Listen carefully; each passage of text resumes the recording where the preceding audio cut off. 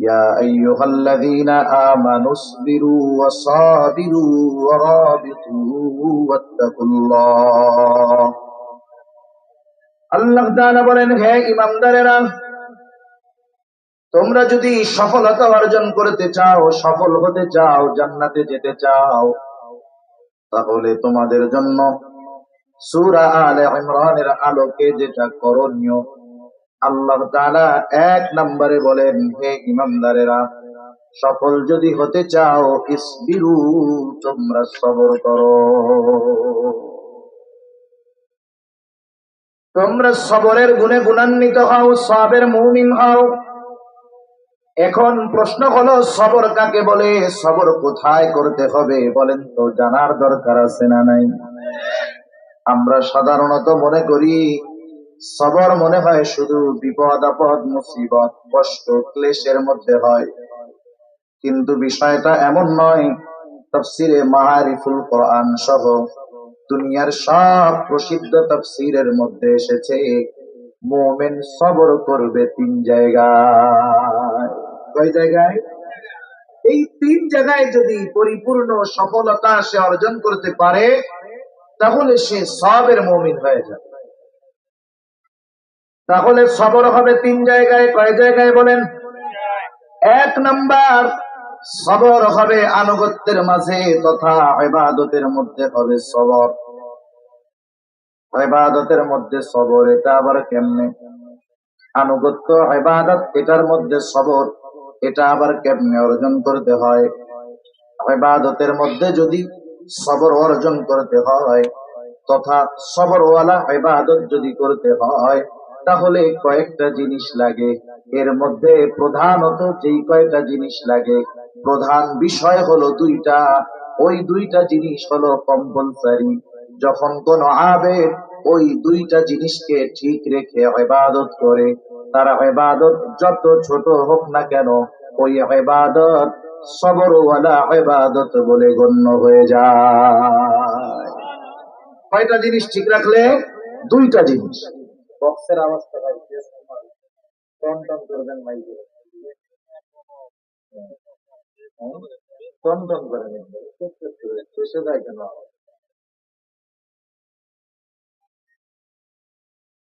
তাহলে 2টা জিনিস অর্জন করতে হবে। কয়টা? যে কোনো ইবাদত, সবরওয়ালা ইবাদত হওয়ার জন্য প্রথম যেই জিনিসটা দরকার, এটার নাম হলো ইখলাস, নিয়তের বিশুদ্ধতা। এজন্য রাসূলুল্লাহ সাল্লাল্লাহু আলাইহি ওয়াসাল্লাম বলেন, আখলিস দীনাকা ইয়াকফিকাল আমালুল কলিল।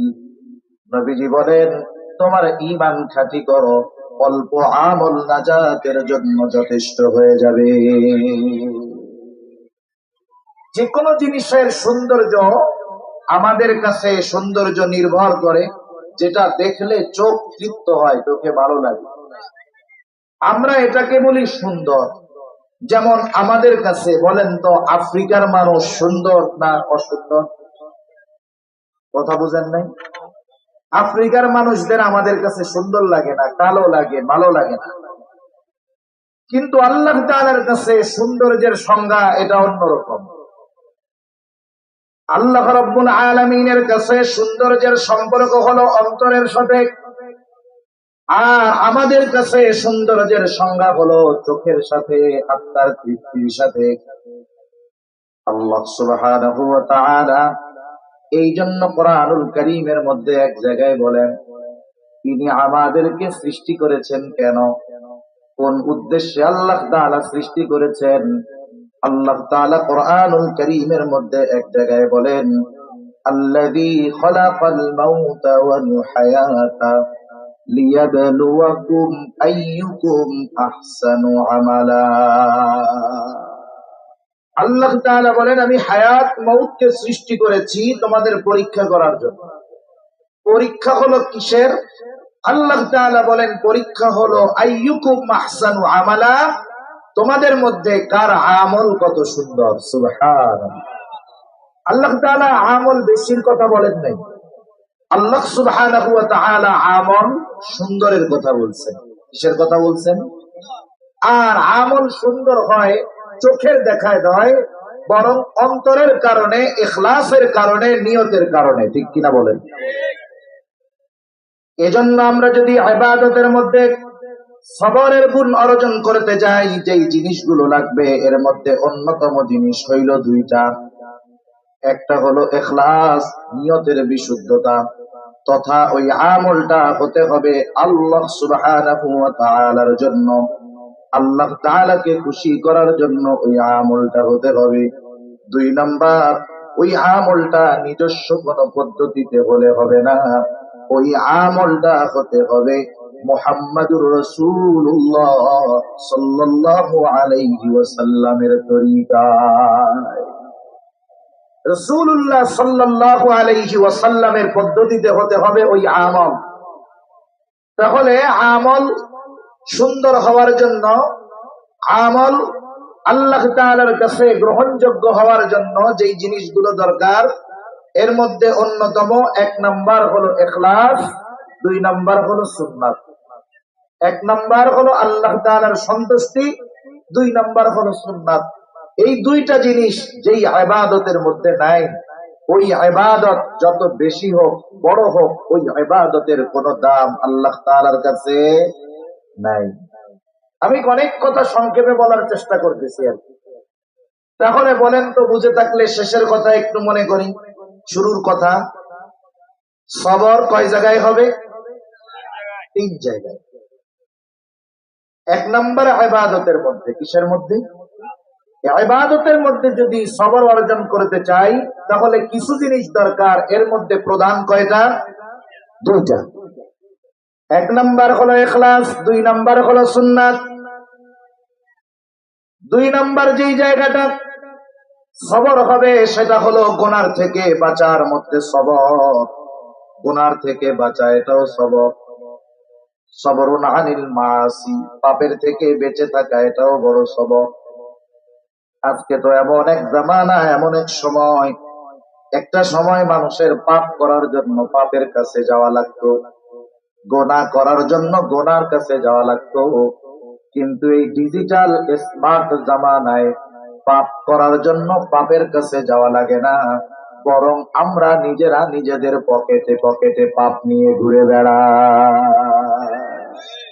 নিজেদের পকেটের মধ্যে আমরা পাপ নিয়ে ঘুরে বেড়াই। একটা সময় মনে করেন সিনেমা হল ছিল, সিনেমা হল আছে না? এখন আছে অনেক সিনেমা হল, এখন মাদ্রাসা হয়ে গেছে। কারণ সিনেমা হল ওয়ালাদের ব্যবসা একেবারে শেষ করে দিছে মোবাইল, ইন্টারনেট শেষ। এক সময় মানুষ সিনেমা দেখার জন্য অনেক দূরে যেত। দেখা যাবে সিনেমা দেখার জন্য যাইতে হবে টাঙ্গাইল, কথার কথা। এখন সে সপ্তাহে একবার অথবা মাসে একবার গিয়ে 3 ঘন্টা সিনেমা দেখার গোনা করত। এরপরে আসলো একটু কারেন্ট বা ব্যাটারি চালিত টেলিভিশন, তখন সপ্তাহে একদিন ঘরে বৈশা সিনেমা দেখতো 3-4 ঘন্টা, ওই 3-4 ঘন্টা সিনেমা দেখার গোনা করতো সপ্তাহে একবার। এরপরে কারেন্ট আসতে, ডিশেল লাইন আসছে, এখন মোটামুটি প্রতিদিনই ইচ্ছা করলে সিনেমা দেখার গোনা করা যাইত, ঠিক না? কিন্তু টেলিভিশন চ্যানেলে দর্শক ওইটা দেখতে পারবে যেটা চ্যানেল ওয়ালারা দেখায়। দর্শক তার যা মনে চায় সেটা দেখতে পারবে না, ঠিক না? আর একটু আধুনিক হইল প্রযুক্তি, মোবাইল আসলো, স্মার্টফোন, মাল্টিমিডিয়া ফোন, এখন internet line 3G 4G 5G, এখন যা মন চায় মোবাইলের মধ্যে তাই দেখে, যখন মন চায়, যেখানে মন চায়, যা মন চায় দেখা যায়, কি যায় না? তার মানে গোনা কততে করবে? আপনি না করলেও আপনার টাকা দিয়ে গোনা করায় ছাড়ানো, গোনা করতেই হবে। আমার আপনার অর্থ ব্যয় করে গোনা করতেই হবে। আপনি না করলেও করায় ছাড়বে। কেমনে? অনেকে ইউটিউবে ওয়াজ শুনে, শুনে কি শুনে না? ওয়াজ, ইউটিউবে ওয়াজ যখন চলতেছে, প্রথম দিকে কোনো অ্যাড ম্যাড কিছুই ছিল না। এরপরে হইল কি, অ্যাড আসলে দর্শক চাইলে ওইটাকে খাইটা দিতে পারতো, আসছে আমি দেখবো না বাপ। কিন্তু এখন আপনি ওয়াজ শুনতেছেন, ওয়াজের মধ্যে অ্যাড আসবে, আপনি ইচ্ছা করলে কাটতে পারবেন না যতক্ষণ না তারা কাটার অনুমতি দিবে। শুধু তাই না, আপনি না দেখেন কমপক্ষে আপনার পয়সা দিয়ে ওই 10 মিনিট গোনার কাজ করেই ছাড়বে, ঠিক কিনা বলেন? তাহলে একটা সময় গোনা করতে গোনার কাছে যাওয়া লাগবে। এখন গোনা আমরা পকেটে নিয়ে ঘুরি, যেখানে খুশি সেখানে করা যায় গোনা। বলেন তো এই গোনার থেকে বাঁচা কঠিন না? তাইলে গোনা হলো এমন এক জিনিস, একটা মানুষ যত আমল করুক না কেন, মনে করেন এক পাত্রের মধ্যে মানুষে পানি ভরপুর করে রাখছে, কিন্তু পাত্রটা একটু ছিদ্র আছে, এই পানি কি ওখানে সংরক্ষণ হবে না এক সময় পড়ে যাবে? গুনাহ হলো এমন এক জিনিস যা নেক আমলকে ধ্বংস করে দেয়, নেক আমলকে বিনষ্ট করে দেয়। যেমন শত মন দুধ নষ্ট করার জন্য শত মন গরুর প্রস্রাব দরকার হবে না। আপনি যদি 1 গ্লাস 2 গ্লাস গরুর প্রস্রাব 100 মন দুধের মধ্যেও ছেড়ে দেন, বলেন তো দুধ ভালো থাকবে নাকি নষ্ট হয়ে যাবে? সেজন্য আমল নষ্ট হওয়ার জন্য গুনাহ যথেষ্ট। এই গুনার থেকে সবর করার দরকার, গুনার থেকে বেঁচে থাকার দরকার। গুনার থেকে বেঁচে থাকার জন্য দুনিয়ার যত প্রযুক্তি, দুনিয়ার যত শাস্তির কথা বলা হোক না কেন, একটা মানুষ যতক্ষণ না পরিপূর্ণ দ্বীনের অনুশাসনের মধ্যে আসবে, দুনিয়ার প্রচলিত আইন তাকে গুনাহ থেকে বাঁচাতে পারবে না। বরং যারা গুনার থেকে বাঁচানোর দায়িত্ব নিবে ওরা আরো বড় বড় গুনাহ করে দেবে। গতকাল দেখতেছি যে দুর্নীতির অভিযোগে দুর্নীতি দমন কমিশনের প্রধান অভিযুক্ত, যাকে দিয়ে দুর্নীতি ছাড়ানো হবে, সেই দুর্নীতি ছাড়ানোর গ্রুপের প্রধান যিনি, উনি দুর্নীতিবাজ। তাহলে বলেন পরিস্থিতি যদি এই হয়, তাইলে দুর্নীতি কি যাবে? পশ্চিমকালেও সম্ভব না। সেজন্য গুনার থেকে বাঁচার জন্য কিছু চিন্তা, কিছু ফিকির দরকার, কিছু ভাবনা দরকার। দুনিয়াতে দেখেন অনেক পাপ আছে, অনেক অপরাধ আছে। অপরাধ গুলো থেকে মানুষকে বিরত রাখার জন্য কিছু শাস্তিও আছে, কিন্তু দুনিয়ার শাস্তি কোনো মানুষকে সহজে অপরাধ থেকে দূরে রাখতে পারে নাই। কিন্তু কোরআনুল কারীমের অনুশাসন, নবীর আদর্শ যারা গ্রহণ করে নিয়েছে, ওই মানুষগুলো অনেকটা ক্ষেত্রেই গুনার থেকে বেঁচে থাকতে সফল হয়ে গেছে। শরীয়তের বিধিবিধান যেগুলো আছে, এগুলো যদি কোথাও পরিপূর্ণভাবে কার্যকর করা যায়, দেখবেন অপরাধ থাকবে না, পাপ থাকবে না। কিন্তু আমাদের দেশে শরঈ অনুশাসন পরিপূর্ণভাবে কখন বাস্তবায়ন হবে এটা আমাদের জানা নাই। আমরা আশা করি আল্লাহ সুবহানাহু ওয়া তাআলা গোটা দুনিয়াকে ইসলামী অনুশাসনের মধ্যে অন্তর্ভুক্ত করেন, জোরে বলি আমিন। কিন্তু ইসলামী অনুশাসন বা ইসলামী শাসন ব্যবস্থা নাই বিদায় আমাদেরকে কি দিন থেকে বিচ্যুত হলে হবে নাকি দিন মানতে হবে? দিন মানতে হবে। এখন আমরা যদি গুনাহ থেকে বাঁচতে চাই, কি করণীয়? কয়েকটা বিষয় যদি আমরা খেয়াল রাখি, আশা করা যায় গুনাহ থেকে বাঁচা আমাদের জন্য সহজ হবে। বলেন তো, একটা মানুষ দুনিয়ার যেখানেই গুনাহ করুক না কেন, দুনিয়ার যেখানেই পাপ করুক না কেন, দুনিয়ার কোন মানুষ যদি নাও জানে নাও দেখে, বলেন তো ওই পাপের খবর যার কাছে আছে তিনি কে? 1 নাম্বার চিন্তা করতে হবে, আমাকে সর্বহালতে আমার রব, আমার মালিক, আমার আল্লাহ দেখতেছে। এই বিশ্বাস যার মধ্যে পরিপূর্ণভাবে ঢুকে যায়, ওই লোকটার চরিত্র রাতের আধারে যেমন হয়, ওই লোকটার চরিত্র মানুষের সামনে তেমন হয়। অনেক সময় আমরা মানুষের সামনে অনেক ভালো, অনেক বুজুর্গ, অনেক দানশীল, দানবীর, সৎ, কর্মশীল, কিন্তু দেখা যায় লোকচক্ষুর অন্তরালে আমার মতো পাপী, খারাপ আর কেউ নাই। বলেন তো এরকম আছে না নাই? একটা মানুষ মানুষের সামনে যেমন, মানুষের অগোচরে তেমন, এইরকম চরিত্রবান তখনই হতে পারবে যখন সে চিন্তা করবে সর্বহালতে আমাকে দেখেন কে। আল্লাহ তাআলাও জানায় দেন, বান্দা আমি আল্লাহ তো তোমাকে সর্বহালতে দেখি। আল্লাহ তাআলা বলেন, ওয়ালাকাদ খালাকানাল ইনসানা ওয়া না'লামু মা توسوس به نفسه ونحن أقرب إليه من حبل الوريد আল্লাহ তাআলা বলেন আমি মানুষকে সৃষ্টি করেছি ওয়ানা'লামু মা তুওয়াসওয়িসু বিহি নাফসু আমি জানি কোন জিনিস তাদেরকে ওয়াসওয়াসা দেয় ওয়াসওয়াসা এটা অন্তরে থাকে দেখা যায় না দুনিয়ার এই চিকিৎসা বিজ্ঞান যতই আধুনিক হোক না কেন বলেন তো দুনিয়ায় এমন কোন প্রযুক্তি এমন কোন মেশিন আবিষ্কার হয়েছে নাকি যেখানে আমাকে আপনাকে ঢুকায়া দিলে আমার আপনার অন্তরের খবরটা জানতে পারবে এমন কোন মেশিন আছে এমন কোন মেশিন দুনিয়াতে আবিষ্কার হয় না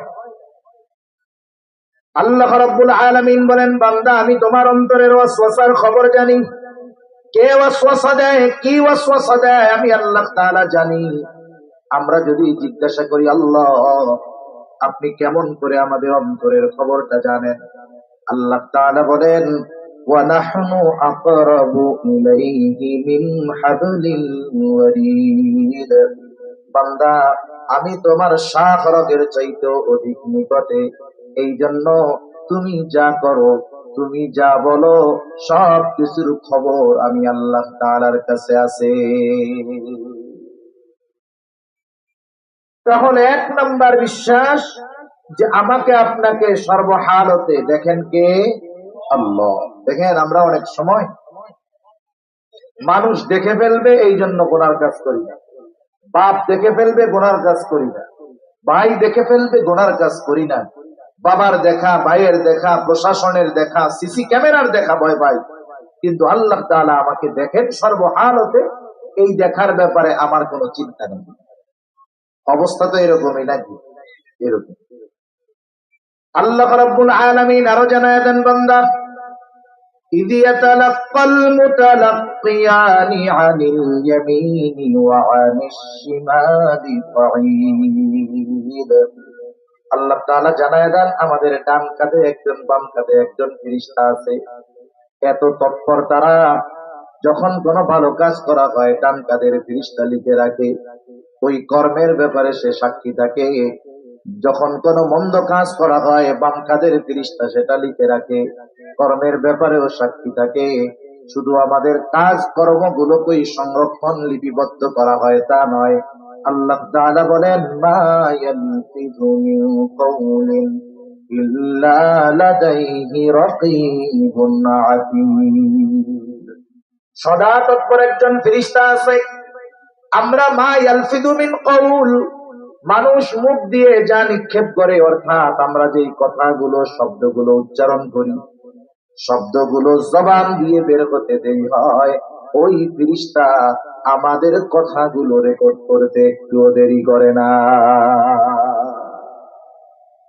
একটু চিন্তা করে দেখেন আল্লাহ তাআলা দেখতেছে ফেরেশতারা লিখতেছে আবার আমাদের কর্মের ব্যাপারে সাক্ষী হইছে শুধু তাই না আমি আপনি আমার আপনার যেই অঙ্গ প্রত্যঙ্গ গুলো দিয়ে কর্ম সম্পাদন করি যেই হাত দিয়ে লেখি যেই হাত দিয়ে কাউকে আঘাত করি যেই হাত দিয়ে মোবাইল টিপি যেই পা দিয়ে গোনার দিকে যাই যেই চোখ দিয়ে গোনা দেখি যেই কান দিয়ে গোনা শুনি যেই জবান দিয়ে গোনার কথা বলি এরা সব আমার আপনার কর্মের ব্যাপারে কিয়ামতের দিন আল্লাহ তাআলার কাছে সাক্ষী দিয়ে দিবে আমাদের সাথে আমরা গোয়েন্দা নিয়ে ঘুরতেছি সিআইডি নিয়ে ঘুরতেছি বলেন তো আপনাদের এই ঘাটান্দি এলাকার কাউরে যদি এই কথা বলা হয় এবং বিশ্বস্ত সূত্রে সে যদি জানতে পারে যে প্রশাসন তাকে নজরদারির মধ্যে রাখছে কোথায় যায় কি করে এ টু জেড খবরাখবর প্রশাসন রাখতেছে বলেন তো কেউ যদি এই খবর বিশ্বস্ত সূত্রে জানতে পারে আমরা কি করব আল্লাহর ওলি হয়ে যাব না তখন কোনো খারাপ জায়গায় যাবে না কথা বলার আগে 50 বার চিন্তা করবে কোন জায়গায় যাওয়ার আগে 100 বার ভাববে চিন্তা করবে যা হয় হোক বাড়ি আর মসজিদ ছাড়া আর কোনো জায়গায় যাব না দেখেন আমি দেখি না আমার চোখের সামনে নাই এই রকম প্রশাসনের নজরদারির ভয়ে আমি আপনি আমার আপনার জীবনের গতিপথ পাল্টায় ফেলতেছি অথচ আমার আপনার সাথে আল্লাহ সুবহানাহু ওয়া তাআলা সাক্ষী রেখে দিয়েছে এরা কিয়ামতের দিন আমার আপনার বিপক্ষে সাক্ষী দিবে এই হাতের জন্য এত মায়া। এই যে শীতের সময় একটু ফাইটা গেলে দামি দামি লোশন দিলে লাগাই হাতে পায়, পাটা যেন না ফেটে যায়, এই জবানটা জানি ঠোঁটটা জানি না ফেটে যায়, এজন্য কত দামি দামি ক্রিম নিয়ে লাগে। চোখে একটু সমস্যা হলে ডাক্তারের কাছে চলে যায়, টাঙ্গাইল পছন্দ হয় না ঢাকায় চলে যায়। কানের সমস্যা হইলে নাক কান গলা বিশেষজ্ঞের কাছে চলে যাই। অথচ কিয়ামতের দিন এরা আমার বিপক্ষে আমার কর্মের ব্যাপারে আল্লাহ তাআলার কাছে সাক্ষী দিবে। 60, 70, 80 বছরের হায়াত অনেকে পেয়েছেন, কোনদিন কি এই হাত পা চোখ কান কথা বলে? কোনদিন কি বলে যে গোনা বহুত করছিস আর করিস না? বলে এরকম? বলে না। কারণ এরা হলো গোয়েন্দা। স্বাভাবিকভাবে যখন কোন গোয়েন্দা অফিসার কোন তদন্তের জন্য সে যখন যায়, নিজেকে পুরো পরিবর্তন করে ফেলে। মাঝে মধ্যে আপনারাও হয়তো খবরে দেখেন, পত্রিকায় দেখেন, অমুক এসআই অমুক এসআই আসামি ধরার জন্য অনেক দিন যাবৎ মাটি কাটার কাজ করছে, অনেক দিন যাবৎ হকারগিরি করে বেড়াইছে, নিজের সুরাতকে পরিবর্তন করে ফেলছে। পৃথিবীর বুকে এমনও গোয়েন্দা সংস্থা আছে, ওই গোয়েন্দা তার প্রতিপক্ষ দেশের বাহিনীর মধ্যে বছরের পর বছর তাদের সাথে থাকছে, কিন্তু ওই দেশের কোন লোক বুঝতে পারে নাই, ওই দেশের প্রশাসন বুঝতে পারে নাই যে এই লোকটা যুগের পর যুগ আমাদের সহকর্মী হিসাবে কাজ করতেছে, ও আমাদের বন্ধু নয়, বরং সে আমাদের দুশমন। ছদ্মবেশে এমন ভাবে মিশে যায়, সে নিজের পরিচয়কে গোপন করে রাখে, চুপ থাকে। প্রতিপক্ষ যাদেরকে ধরবে তাদের সাথে মিশে যাওয়ার পরে তাকে যা বলা হয় সে তাই করে, ওরাও যা করে তাই করে। ডাকাতি করতে বললে ডাকাতি করে, একসাথে চুরি করে, বাটপারি করে, সব করে। ওর উদ্দেশ্য কি? এদের নারী নক্ষত্র আমাকে বের করতে হবে। এবার যখন সব তথ্য তার হাতে চলে আসে, এক সময় সে খবর লাগায় দেয়, অমুক জায়গায় আছে, তোমরা সব চলে আসো। এবার র্যাব বাহিনী টাহিনী নিয়ে, পুলিশ বাহিনী নিয়ে ঘিরে ফেলছে, সবাই রাখতে ফেলছে। আর ও তো পাশে দাঁড়ায় আছে লুঙ্গি টুঙ্গি বইরা। এখন ওরা তো কি রে, ওনারে ধরেন না কেন? ওনাকে ধরেন না কেন? উনিও তো আমাদের সাথে ছিল, যে এই কথা বলবে উঠ দিয়া মুখে একটা মাইরা দিল, তুই কিরা? বলে বেটা চিনস উনি কে? তোদের সাথে ছিল ভাবছে তো তোদের দলের লোক, সারের কল্যাণেই তো আমরা তোদেরকে ধরতে পারলাম। এখন ও যদি ওরে বলে যে আমাদের সাথে এতদিন থাকছো, সব করছো, এখন তুমি আমাদেরই বিপক্ষে চলে গেলা, ও তখন কি বলবে? আমার কাজই তো এটা, সাথে যখন ছিলাম চুপ, সময় মতো সব কিছু ফাঁস করে দেওয়া হবে, ঠিক কিনা বলে? এই হাত পা চোখ কান দিয়ে গোনা করাইতেছি আমরা, এরা করবে, কিচ্ছু বলবে না। কারণ ওই যে গোয়েন্দা বাহিনীর যারা ছদ্মবেশে যখন যাবে, ওকে বলা হয় তোমাকে দিয়ে যা করাবে করবা, যা করা লাগে করবা, কোনো অসুবিধা নাই, চুপ। তবে জবান খোলা যাবে। হাত বা চোখ কানকে আল্লাহ তাআলা নির্দেশ দিয়ে দিয়েছে, সাবধান, চুপ, কিছু বলা যাবে না, বাধা দেওয়া যাবে না, সময় মতো সব জানা হবে। আল্লাহ তাআলা কুরআনুল কারীমের মধ্যে বলেন, আল ইয়াউমা নাখতিমু আলা আফওয়াহিহিম ওয়া তুকাল্লিমুনা আইদিহিম ওয়া তাশহাদু আরজুলুহুম বিমা কানু ইয়াকসিবুন। আল্লাহ রাব্বুল আলামিন বলেন, আল ইয়াউম, আজকের এই দিন অর্থাৎ কিয়ামতের দিন, নাখতিমু আলা আফওয়াহিহিম, আমি তাদের মুখের উপরে মোহর মেরে দিব। ওয়া তুকাল্লিমুনা আইদিহিম, আজকে কথা বলবে তাদের হাত, আমার সাথে কথা বলবে তাদের হাত। ওয়া তাশহাদু আরজুলুহুম, সাক্ষী দিবে তাদের পা, বিমা কানু ইয়াকসিবুন, এই হাত পা দ্বারা তারা কি উপার্জন করেছে। সেজন্য ভাইরা আমার, এই হাত পা আল্লাহ তাআলার কাছে আমার আপনার ব্যাপারে কর্মের কথাগুলো আল্লাহ তাআলার কাছে জানায় দিবে। শুধু তা নয়, আল্লাহ তাআলা এক জায়গায় বলেন, শাহিদা আলাইহিম সামউহুম ওয়া আবসারুহুম ওয়া জুলুদুহুম বিমা কানু ইয়ামালুন।